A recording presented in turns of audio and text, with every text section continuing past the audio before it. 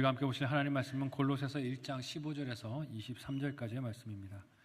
신약성경 324페이지 전으로 있습니다. 골로새서 1장 15절에서 23절까지의 말씀을 저와 여러분이 번갈아가며 교독하겠습니다. 그는 보이지 아니하는 하나님의 형상이시요 모든 피조물보다 먼저 나신 이시니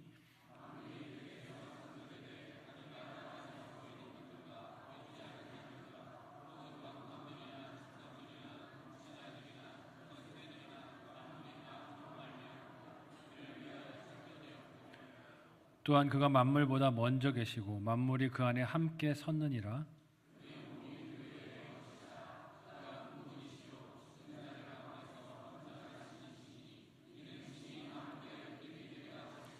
아버지께서는 모든 충만으로 예수 안에 거하게 하시고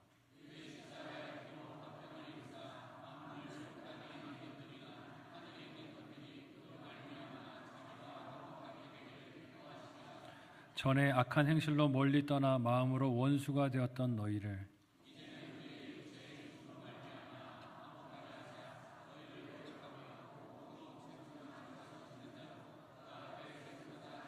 다 같이 읽겠습니다. 만일 너희가 믿음에 거하고 터 위에 굳게 서서 너희 들은 바 복음의 소망에서 흔들리지 아니하면 그리하리라.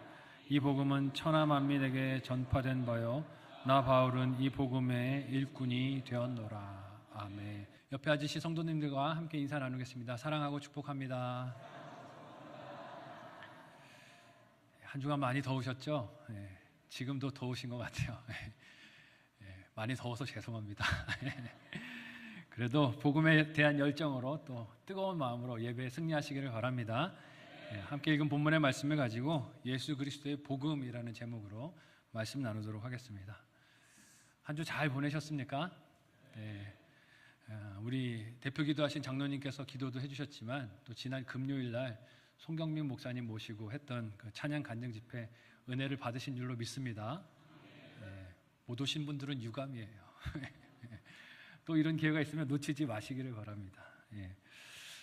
참 그 손 목사님의 많은 찬양들이 다 은혜가 되고 감동이 됐는데 왜 그랬을까 생각을 해보면 그냥 선율이 좋고 가사가 좋아서가 아니라 삶의 스토리가 녹아 있었기 때문이 아닌가 하는 생각이 들어요.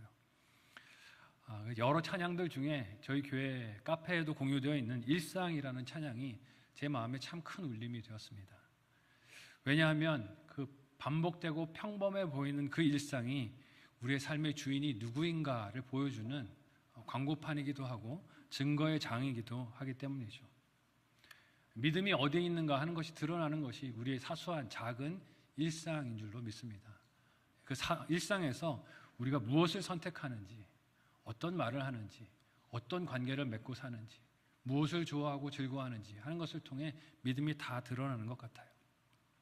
그리스도를 향한 신앙은 이렇게 구체적으로 드러나는 선택과 결정들 그리고 가치들을 통해서 드러나게 되어 있습니다. 우리의 일상은 사실 무엇으로 꽉 차 있습니까? 돈을 숭배하는 광고와 관련된 이미지들이 꽉 차 있는 세상을 살아가고 있어요. 늘 뉴스를 통해서 경제 지표들이 숫자들이 쏟아져 우리 눈앞에 들어오고 통계들에 대해서 또 각 나라들이 자랑하며 내세우는 새로운 무기들의 능력이 얼마나 대단한 것인지 선전하는 선전들 속에서 우리가 살아가고 있습니다. 그런 정보들로 사람의 생각과 상상력을 두려움 속에 가두려고 하는 공중권세 잡은 악한 세력이 있다는 것이 느껴집니다. 마치 광고가 보여주는 상품들 혹은 주식으로 받는 배당금들, 갑질을 해서라도 얻어내는 수익들, 비싼 최첨단의 전투기나 미사일이 없으면 내 삶이 불안하고 불행해지고 미래가 암울할 것 같이 두려움을 주는 여러 속임수들이 찾아오는 것을 봐요. 멀리 볼 것도 없이 제 코앞에 닥쳐있는 일상을 봐도 그런 두려움들이 오는 것을 봅니다. 저희 딸이 이제 올해로 6살이 됐는데요. 어린이집 다니는 친구들이 전부 다 한글을 읽는데요. 몰랐어요. 근데 저희 집은 가만히 두면은 글을 읽겠지 하는 마음이 들었는데 내버려 두니까 못 읽더라고요. 읽어야 되는데 저희 아내가 어떡하지 하는 마음을 저한테 표현을 하니까 저도 갑자기 두려운 마음이 확 밀려드는 거죠.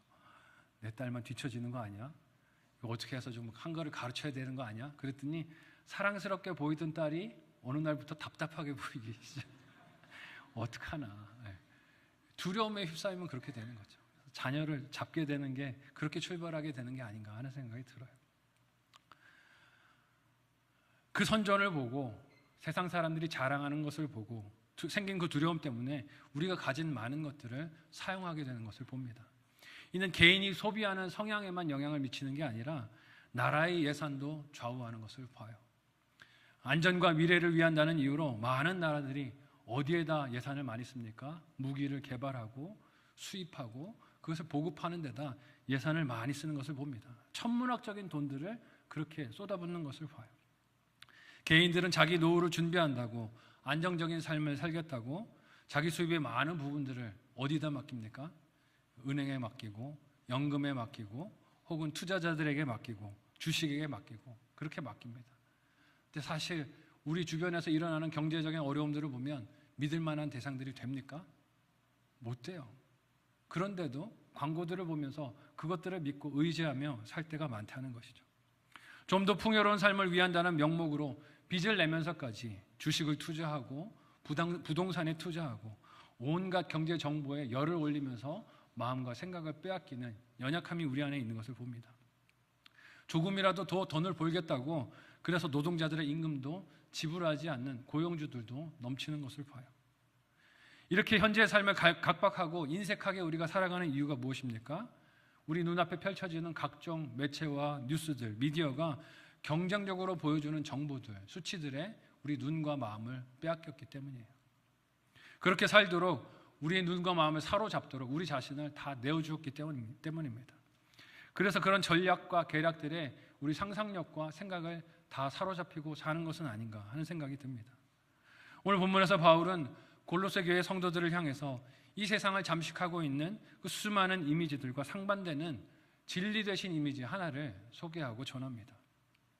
권세자들이 통제와 억압을 위해서 상상력을 그렇게 제한하기 위해서 만든 이미지들, 그것들을 넘어서 진정한 자유를 주시는 이미지, 하나님이 우리에게 주신 복음이 무엇인가 하는 것을 선포해서 우리에게 소개해요. 그것은 다른 그 무엇이 아닌 예수 그리스도의 복음인 줄 믿으시기를 바랍니다. 예수 그리스도의 복음이 우리가 믿고 따라가야 할 실체라는 것이에요. 예수 그리스도가 어떻게 두려움을 주는 이런 세상의 계략들과 강요된 생각들 속에서 우리를 자유롭게 해주시는 분인지 오늘 말씀을 통해서 우리가 만날 수 있습니다.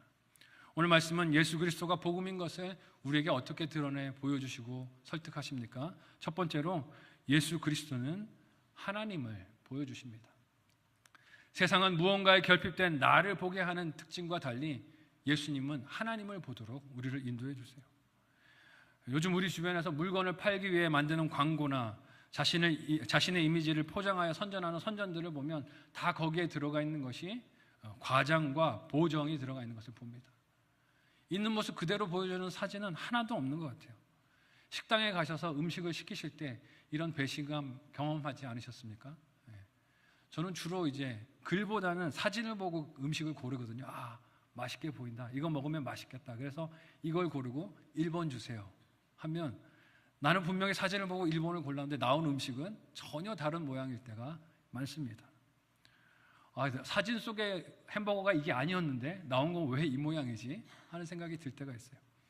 그래서 어떤 요즘 그 인기를 끌고 있는 유튜버는요, 패스트푸드점을 찾아다니면서 이걸 컴플레인하는 사람이 있더라고요. 사진 보고 시켰는데 햄버거가 나오면 이거 모양 다르니까 이 사진하고 똑같이 만들어줘. 다시 집어넣어서 똑같이 만들어서 달라는 것입니다. 사람들에게 큰 인기를 끄는 것을 봅니다. 왜 그렇습니까?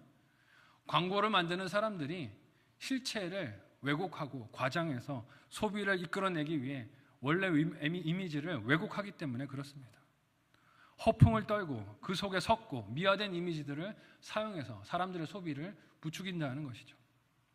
근데 이런 현상은 안타깝게도 상업의 세계에서만 적용되는 것이 아닌 것 같다는 생각이 듭니다. 요즘은 교회에서도 이렇게 목회를 하는 모습들이 드러날 때가 많은 것 같아요. 전도를 마케팅의 원리를 도입해서 하려고 하는 교회들도 적지 않은 것을 봅니다. 생명 살리는 일을 보험 영업주로 여기고 있는 사람들이 있는 것 같아요. 교회에 끌어다가 이 자리에다 앉히기만 하면 전도 다 했다라고 생각하는 분들이 계신 것 같아요. 전도가 무엇입니까? 예수 그리스도의 생명을 전하고 함께 믿음의 길을 걸어가는 것이죠. 그런데 교회에다 데려다 놓고 앉혀놓기만 하면 내가 해야 할 전도는 끝났다라고 생각하는 분들도 있으신 것 같아요. 교회 건물과 예배를 사람을 끌어모으는 도구로 여기는 곳들도 있는 것을 봅니다. 사람들을 많이 모으기 위해서 교회 건물을 새로 밀고 올리고 최첨단의 음향기기를 놓고 시원한 에어컨을 틀게 해주고 그렇게 해야 사람들이 많이 온다고 해서 교회 건물을, 예배를 사람들을 모으기 위한 도구로 사용하고 있는 모습들도 심심치 않게 봅니다. 사람들의 욕구를 채워주는 이벤트들로 모임의 크기를 키우는 일에 교회들이 집착하기도 합니다. 목사들이 허위로 자신의 이력과 학력을 포장해서 그렇게 세상 사람들에게 괜찮은 사람으로 자신을 포장해서 보이는 모습도 있는 것을 봅니다. 왜 그렇습니까? 사람들에게 대단한 존재라고 인정받고 싶은 것이죠. 이런 모습이 어디 목회자들에게만 있겠습니까? 교인들은 어떻습니까? 자신의 내면이나 신앙의 진실함을 살피는 것이 아니라 출석하는 교회에 모인 사람의 숫자가 얼마가 되는가, 그게 유일한 자랑이 될 때가 있는 걸 봐요. 강남의 어느 큰 교회를 다니고 있습니다 하는 교인들 보면 어깨에 힘이 빡 들어가 있습니다. 그래서 내가 이 교회에 출석하는 교인입니다. 교회에 나오는 성도 숫자가 많은 거지 자기가 큰 게 아니잖아요. 그런데 자기가 크다라고 착각하고 있는 것 같아요. 출석하는 교회 규모가 크면 힘이 잔뜩 들어가서 그렇게 내가 대단한 사람인 것처럼 여기고, 그렇지 못하고 개척교회를 출석하고 있으면 움츠러드는 안타까운 모습이 교인들 안에도 있다는 것이죠.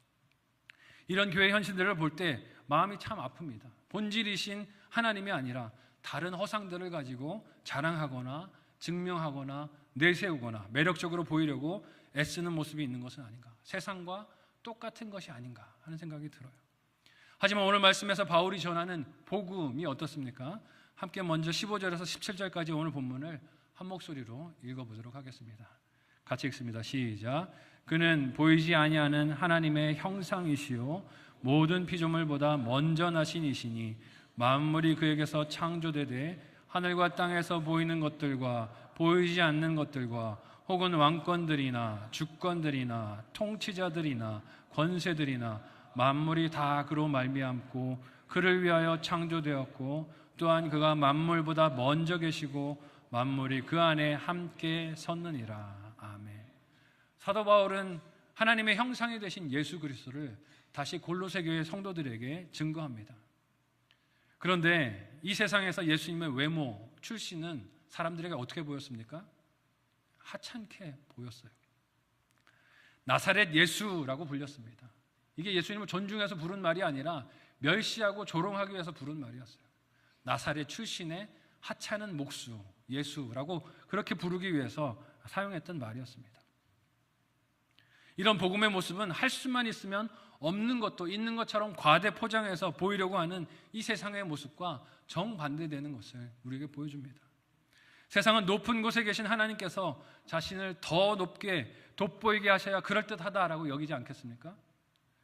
그런데 죄 없으신 하나님께서 죄인의 형상을 하시고 우리 곁에 오셔서 사람의 모습으로, 그것도 나사렛이란 촌동네의 목수로 오신 그 모습, 사람들에게 그게 무엇이 매력적이겠습니까? 매력적이지 않게 보인다는 것이죠. 그러나 바울은 이 하나님의 역설적인 이미지 예수 그리스도가 사도 바울이 감사했던 이유가 되고 성도들을 위하여 간구하고 기도했던 이유가 됨을 역설하여 말합니다. 하나님께서는 이 세상을 다스리는 자들이 스스로를 포장하고 허세를 부리고 과장된 이미지들을 만들어내는 것과 전혀 다른 방법으로 우리에게 다가오신 줄 믿으시기를 바랍니다. 허황된 모습으로 다가온 것이 아니라 진실한 모습으로 찾아오셨어요. 그렇게 하나님께서 우리에게 찾아오셔서 도전하시면서 물으시는 것입니다. 무엇을 물으십니까? 과연 누구를 믿을 수 있겠는가? 자신에게 없는 것을 허황되게 과장하며 포장하며 자랑하는 이 세상을 믿겠는가? 아니면 가장 높은 세상의 주관자가 되심에도 불구하고 사람의 모습으로 겸손히 종의 모습으로 찾아오셔서 복음을 전해주시는 예수 그리스도를 믿겠는가? 선택하라는 것입니다. 하나님의 나라가 세상에서 힘과 권세를 추구하는 제국과 다르다는 것을 하나님이 예수 그리스도를 통해 보여주셨다는 것이에요. 하나님은 예수님을 통하여 자기 자신을 보여주셨습니다. 우리가 알지만 예수님은 흠모할 만한 외모를 가지고 계시지 않으셨어요. 사람의 눈에 보이는 화려한 직업도 없으셨습니다. 그런 이력도 가지지 않으셨어요. 하지만 오늘 본문이 선언하듯 초라해 보이는 그 예수님은 모든 피조물보다 먼저 나신 분이시다라고 선언하고 있습니다. 하나님께서 세상을 창조하실 때 이 세상의 존재가 다 그에게서 창조되었고, 하늘과 땅에서 보이는 모든 것들, 보이지 않는 모든 것들, 모든 왕권들, 주권들, 통치자들, 권세들, 만물이 다 예수 그리스도로 말미암았다라고 오늘 본문이 선언하고 있습니다. 이 예수님을 믿고 따라가는 저와 여러분 모두가 되시기를 예수님의 이름으로 소원하고 축복합니다. 여러분, 놀랍지 않습니까? 예수님은 사형 선고를 받고 유대교 지도자들의 계략에 의해 죽임을 당한 무력한 분처럼 그렇게 보였습니다. 하지만 실제 예수님은 어떻습니까? 그들의 계략과 힘과 권력을 다 초월하셔서 하나님의 구원하시려는 뜻을 이루셨어요.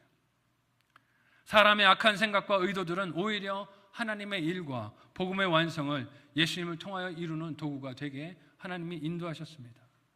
무기력하게 나무에 달려 죽음을 맞으신 것 같은 예수님께서 실상은 모든 왕들과 주권자들과 통치자들과 권세자들을 하나님의 뜻을 다 이루는 도구들로 삼으시고 우리를 위하여 그렇게 승리하신 줄 믿으시기를 바랍니다. 세상은 자신이 원하는 것을 쟁취하기 위해서 할 수만 있는 대로 화려하고 멋진 이미지들로 자신을 포장하려고 합니다. 그렇게 사람들의 마음을 조정하고 통제하고 다스리려고 해요. 이런 시대에 하나님께서는 그들의 모든 계략 너머에서 하나님의 나라를 하나님의 뜻대로 이루어가고 계십니다. 그 하나님의 일하심이 우리의 눈으로 분명히 확인된 것이 예수 그리스도의 십자가인 줄 믿으시기를 바라요. 세상에서 볼 때는 초라해 보이고 진 것 같고 패배한 것 같지만 그 예수님의 십자가가 복음의 절정이 되셨습니다. 그 삶으로 하나님의 뜻이 결코 사라지지 않음을 보여주셨어요. 세상과 다른 방식의 하나님의 나라를 우리에게 펼쳐 보여주셨습니다. 악한 자들의 계략까지도 하나님의 뜻을 이루는 도구가 되게 하심을 예수님의 십자가가 우리에게 증명해 주셨어요. 바울은 골로새 교회 성도들을 향해 만물을 초월해서 그렇게 존재하시는 예수님, 보이지 않는 하나님의 형상을 우리에게 보여주신 예수님을 증거하며 이 세상에서 살지만 다른 나라에 속하여 살고 있는 그리스도인의 영광스러움을 우리에게 증거합니다. 이 그리스도인의 명예로운 삶을 살아내는 저와 여러분 모두가 되시기를 예수님의 이름으로 소원하고 축복합니다.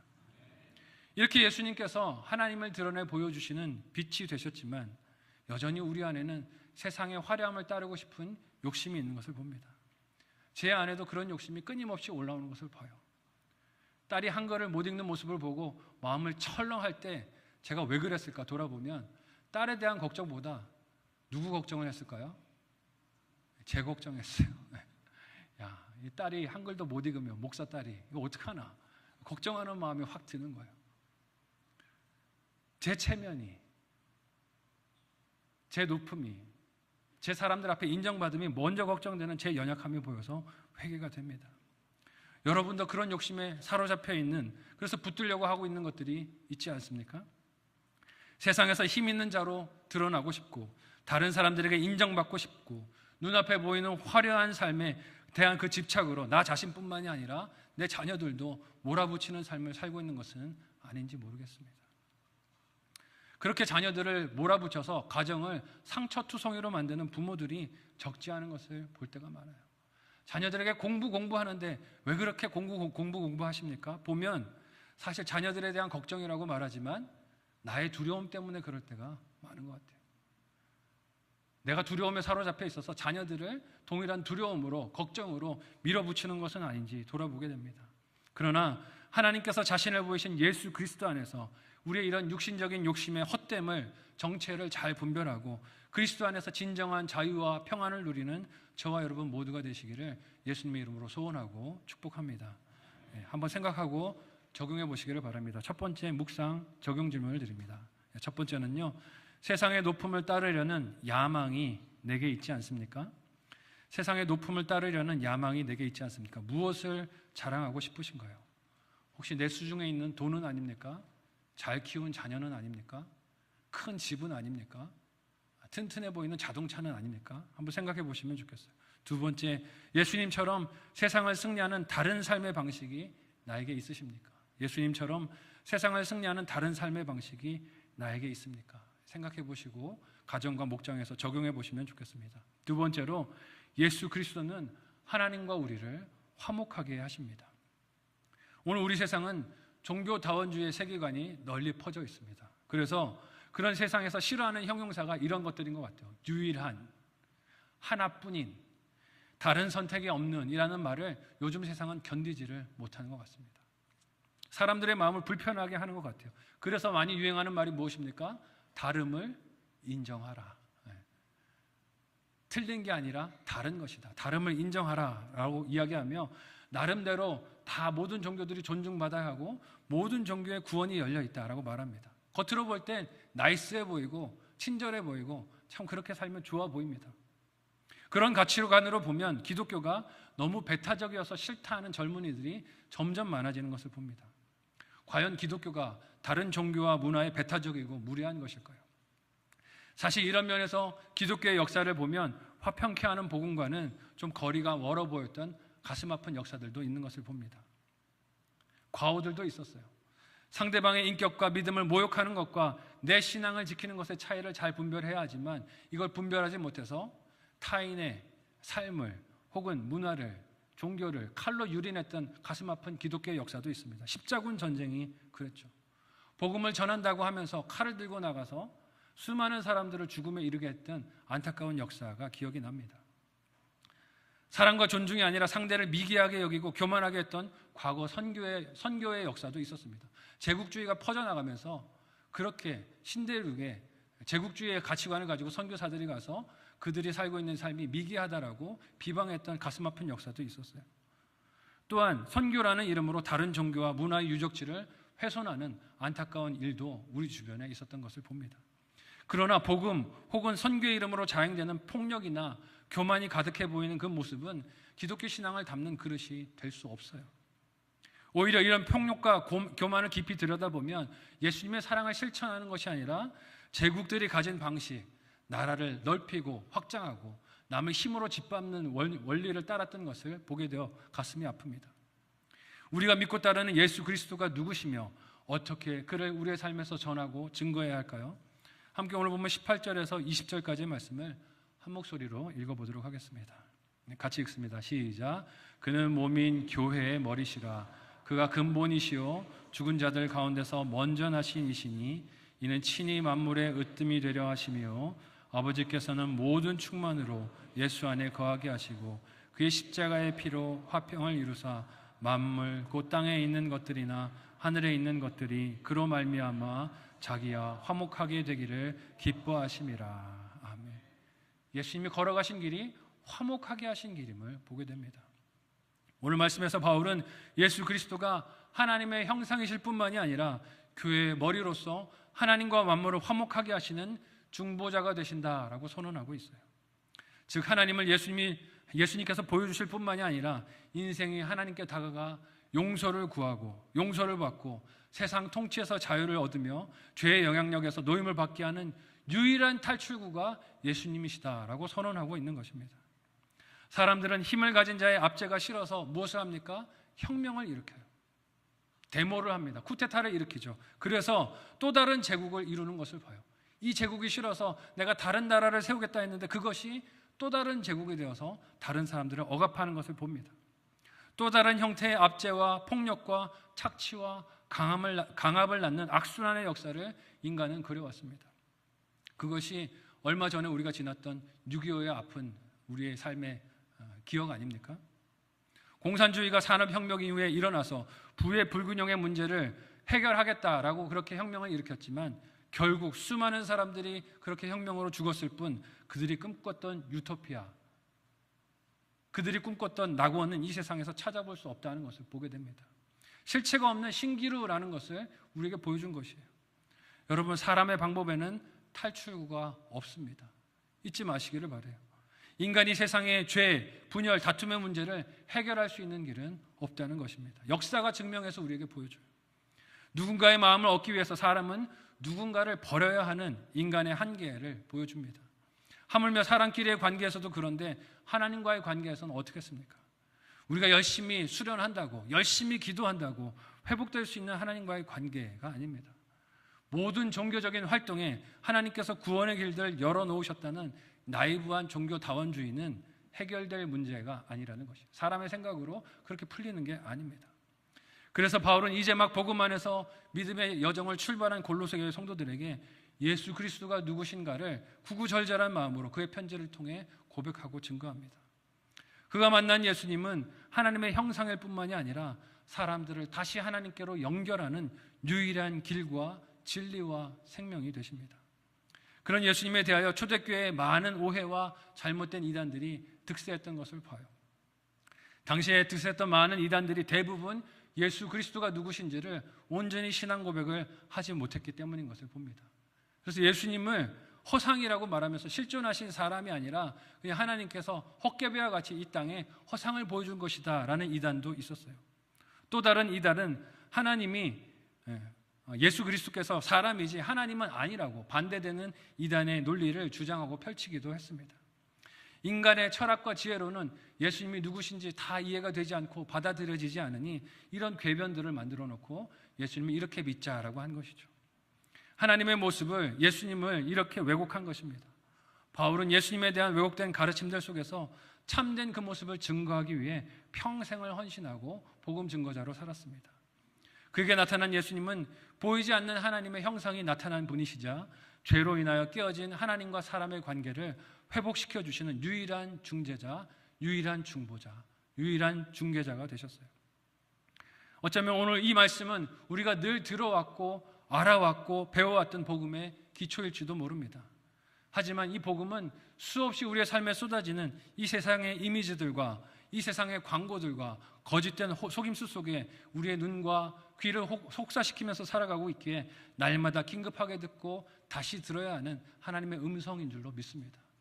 왜냐하면 계속해서 다시 듣지 않으면 우리의 마음과 생각을 이 세상의 허상에 빼앗기고 살기 때문에 그래요. 이 세상의 권세자들이 다스리는 것이 아니라는 것을 기억하고 믿는 저와 여러분들이 되실 수 있길 바랍니다. 복음을 우리에게 전해주신 하나님이 다스리는 것을 잊지 않으셨으면 좋겠어요. 광고에서 선전하는 것이 행복을 사는 것이 아니라는 것을 잊지 않았으면 좋겠습니다. 비싼 무기가 우리나라의 안전을 보장해 주는 것이 아니라는 것을 잊지 않으셨으면 좋겠어요. 그래서 성도들이 나라를 위해서 무릎을 꿇고 기도해야 합니다. 하나님이 이 나라의 안보를, 이 나라의 안전을 지키시고 보호하시는 것이기 때문에 그렇습니다. 그 십자가의 복음이 우리에게 행하시는 일이 무엇이라고 오늘 본문이 말합니까? 함께 21절에서 23절까지의 말씀을 한 목소리로 읽어보도록 하겠습니다. 같이 읽습니다. 시작. 전에 악한 행실로 멀리 떠나 마음으로 원수가 되었던 너희를 이제는 그의 육체의 죽음으로 말미암아 화목하게 하사 너희를 거룩하고 흠없고 책망할 것이 없는 자로 그 앞에 세우고자 하셨으니 만일 너희가 믿음에 거하고 터 위에 굳게 서서 너희 들은 바 복음의 소망에서 흔들리지 아니하면 그리하리라. 이 복음은 천하 만민에게 전파된 바요 나 바울은 이 복음의 일꾼이 되었노라. 아멘. 예수 그리스도의 이 복음은 죄로 인해 화목할 수 없었던 하나님과 우리의 사이를 이어주셨습니다. 세상에서 가장 고귀한 이 소식을 들은 우리는 세상이 들려주는 허망한 야망과 꿈에 우리의 삶을 내어줄 수 없는 존재들입니다. 잊지 않으셨으면 좋겠어요. 왜냐하면 예수님을 따라 화목하게 하는 사명을 감당하는 우리가 바라보는 것은 죄 많은 이 세상이 아니라 우리를 흠없고 책망할 것이 없는 모습으로 서게 하시는 영광의 그 자리, 하나님의 나라이기 때문에 그렇습니다. 하나님은 골로새서 말씀을 통해 우리에게 반복적으로 말씀하십니다.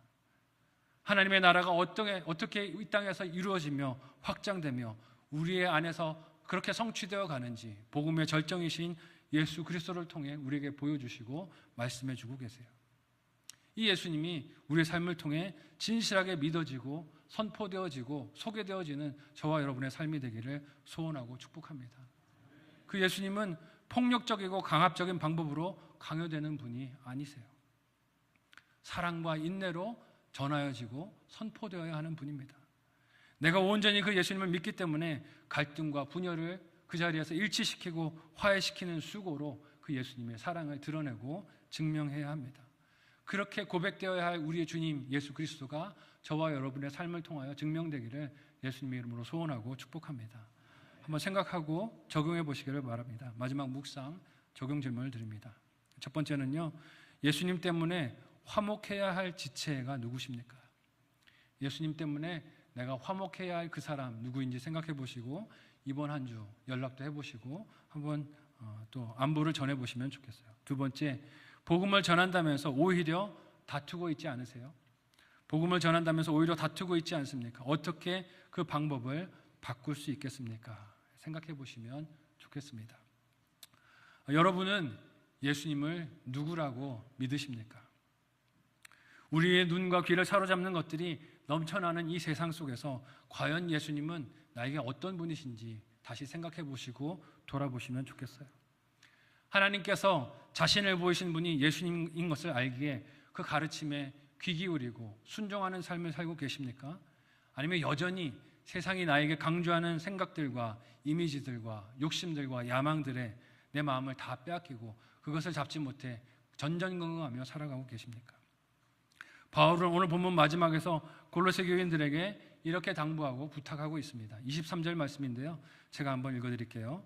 만일 너희가 믿음에 거하고 터 위에 굳게 서서 너희 들은 바 복음의 소망에서 흔들리지 아니하면 그리하리라. 근데 이 그리하리라는 말의 뜻이 무엇입니까? 하나님 앞에 거룩하고 흠없고 책망할 것이 없는 자로 서게 될 것이다 라는 뜻입니다. 하나님의 형상이 되시고 구원의 길 되신 예수 그리스도를 믿고 흔들리지 않는 삶을 살아가는 저와 여러분들이 되실 수 있기를 바랍니다. 이 세상이 우리에게 주는 강압과 억압된 상상력들, 생각들에 우리의 마음과 삶을 내주지 않으셨으면 좋겠어요. 세상이 강요하는 것과 다른 방식의 삶을 살며 오히려 기뻐하고 즐거워하고 감사할 수 있는 우리가 되었으면 좋겠습니다. 지난 금요일에 함께 나눴던 찬양 간증 집회가 그런 의미에서 저에게 참 큰 은혜가 되었어요. 세상 사람들과 똑같은 감사를 말하는 것이 아니었고, 세상 사람들과 똑같은 행복을 말하는 것이 아니었고, 세상 사람들이 말하는 똑같은 은혜가 아니라, 세상 사람들이 말하는 똑같은 충만이 아니라 거룩하고 남다른 그런 충만, 감사, 은혜, 기쁨을 대할 수 있어서 너무 감사하고 은혜가 되는 시간이었습니다. 예수 그리스도로 그렇게 살아가는 저와 여러분들이 되실 수 있기를 예수님의 이름으로 소원하고 축복합니다. 예수님 따라가기 때문에 행복하셨으면 좋겠어요. 내 자녀에게 문제가 있어도 주님으로 내가 충만하고 감사합니다. 내게 경제적인 어려움이 있어도 주님으로 인하여 난 만족하고 은혜를 날마다 바라보고 삽니다. 예수님으로 인하여 내 삶에 고난과 어려움이 있지만 그럼에도 불구하고 나는 늘 기뻐하고 감사합니다. 그렇게 복음을 증거할 수 있는 저와 여러분 모두가 되시기를 예수님의 이름으로 소원하고 축복합니다. 아멘. 우리 말씀을 기억하며 합심하여 이 시간에 기도하겠습니다. 여전히 나를 걱정하고 염려하게 만드는 세상 광고들과 뉴스들에 내 마음과 생각을 다 내주고 계시지는 않습니까? 바울은 이제 믿음을 갖고 사랑 안에서 교회를 이룬 골로새 교회 성도들에게 들은 바 복음의 소망 안에서 흔들리지 말라고 권면합니다. 저와 여러분도 흔들리지 않기를 소원하고 축복합니다. 우리도 이 복음의 소망에서 흔들리지 않도록 하나님 인도하여 주옵소서. 세상이 자랑하는 화려한 외모와 삶의 조건의 마음을 빼앗기지 않도록 우리를 인도하여 주시고, 겸손한 모습으로 찾아오신 예수님을 닮아 우리도 그렇게 겸손하게 참된 사랑을 보일 수 있도록, 실천할 수 있도록 우리를 도와주옵소서. 우리 삶에서 주님을 닮아 화목하게 하는 사명을 감당하게 하여 주시고, 우리가 진정한 복음을 증거하는 하나님의 귀한 청지기들, 하나님의 백성들, 하나님의 자녀들 되게 도와달라고 간절한 마음으로 주여 한번 부르짖고 기도하시겠습니다. 주여, 주여 우리를 도와주시옵소서. 진정 복음을 따르는 예수 그리스도의 복음을 믿고 내 마음에 모시고 순종하여 살아가는 삶을 살기를 원합니다. 세상에 보여주는 허망한 것들에 내 마음과 생각을 빼앗기지 않게 하여 주시고, 두려움에 내 마음을 빼앗기지 않도록 도와주시옵소서. 나를 사랑하셔서 예수 그리스도를 보내어 주시고 겸손히 찾아오신 나사렛 목수로 나를 향하신 사랑의 구주로 하나님 이렇게 만나게 하여 주셨사오니 우리도 그 주님을 따라 겸손히 삶을 살아가며 영혼 구원의 사명을 감당하도록 도와주옵소서. 우리 자녀들을 세상 야망으로 그렇게 부여잡고 힘들게 하는 삶을 살지 않게 하여 주시고, 하나님 인도하여 주셔서 복음 안에 진정한 자유를 우리가 누리고 우리 자녀들에게도 그 자녀를 나누는 하나님 그 기쁨을 나누고 자유를 나누며 진정한 감사로 회복하는 우리의 신앙 여정이 되도록 도와 주옵소서. 주여 우리를 인도하여 주셔서 복음 따라 사는 기쁨과 행복이 회복되도록 우리를 인도하여 주옵소서. 세상과 남다른 거룩한 기쁨과 즐거움이 있게 해주시고 이 즐거움이 우리 교회 담을 넘어 세상을 향해 흘러들어갈 수 있도록 주여 역사하여 주옵소서. 감사하며 예수님의 이름으로 기도합니다. 하나님, 은혜를 감사합니다. 세상이 우리의 눈과 마음을 속이는 수많은 그림들을, 광고들을, 이미지들을, 정보들을 쏟아내지만 우리의 눈은 예수 그리스도께만, 복음에만 고정되어 진정한 행복을 누리고 살도록 도와주시옵소서. 비록 가진 것이 없어도, 세상에 볼 때 비천해 보여도, 세상에 볼 때 힘들고 어려워 보여도 예수 그리스도로 감사하며 기뻐하며 만족하고 충족된 삶을 살게 하여 주셔서 세상 안타까운 심령들을 주님 품으로 인도하는 일에 복되게 쓰임받는 우리의 삶이 되도록 도와주시옵소서. 이 시간에 하나님의 은혜를 감사하며 예물 드리오니 기쁨으로 연락하여 주옵소서. 예수님의 이름으로 기도하옵나이다. 아멘.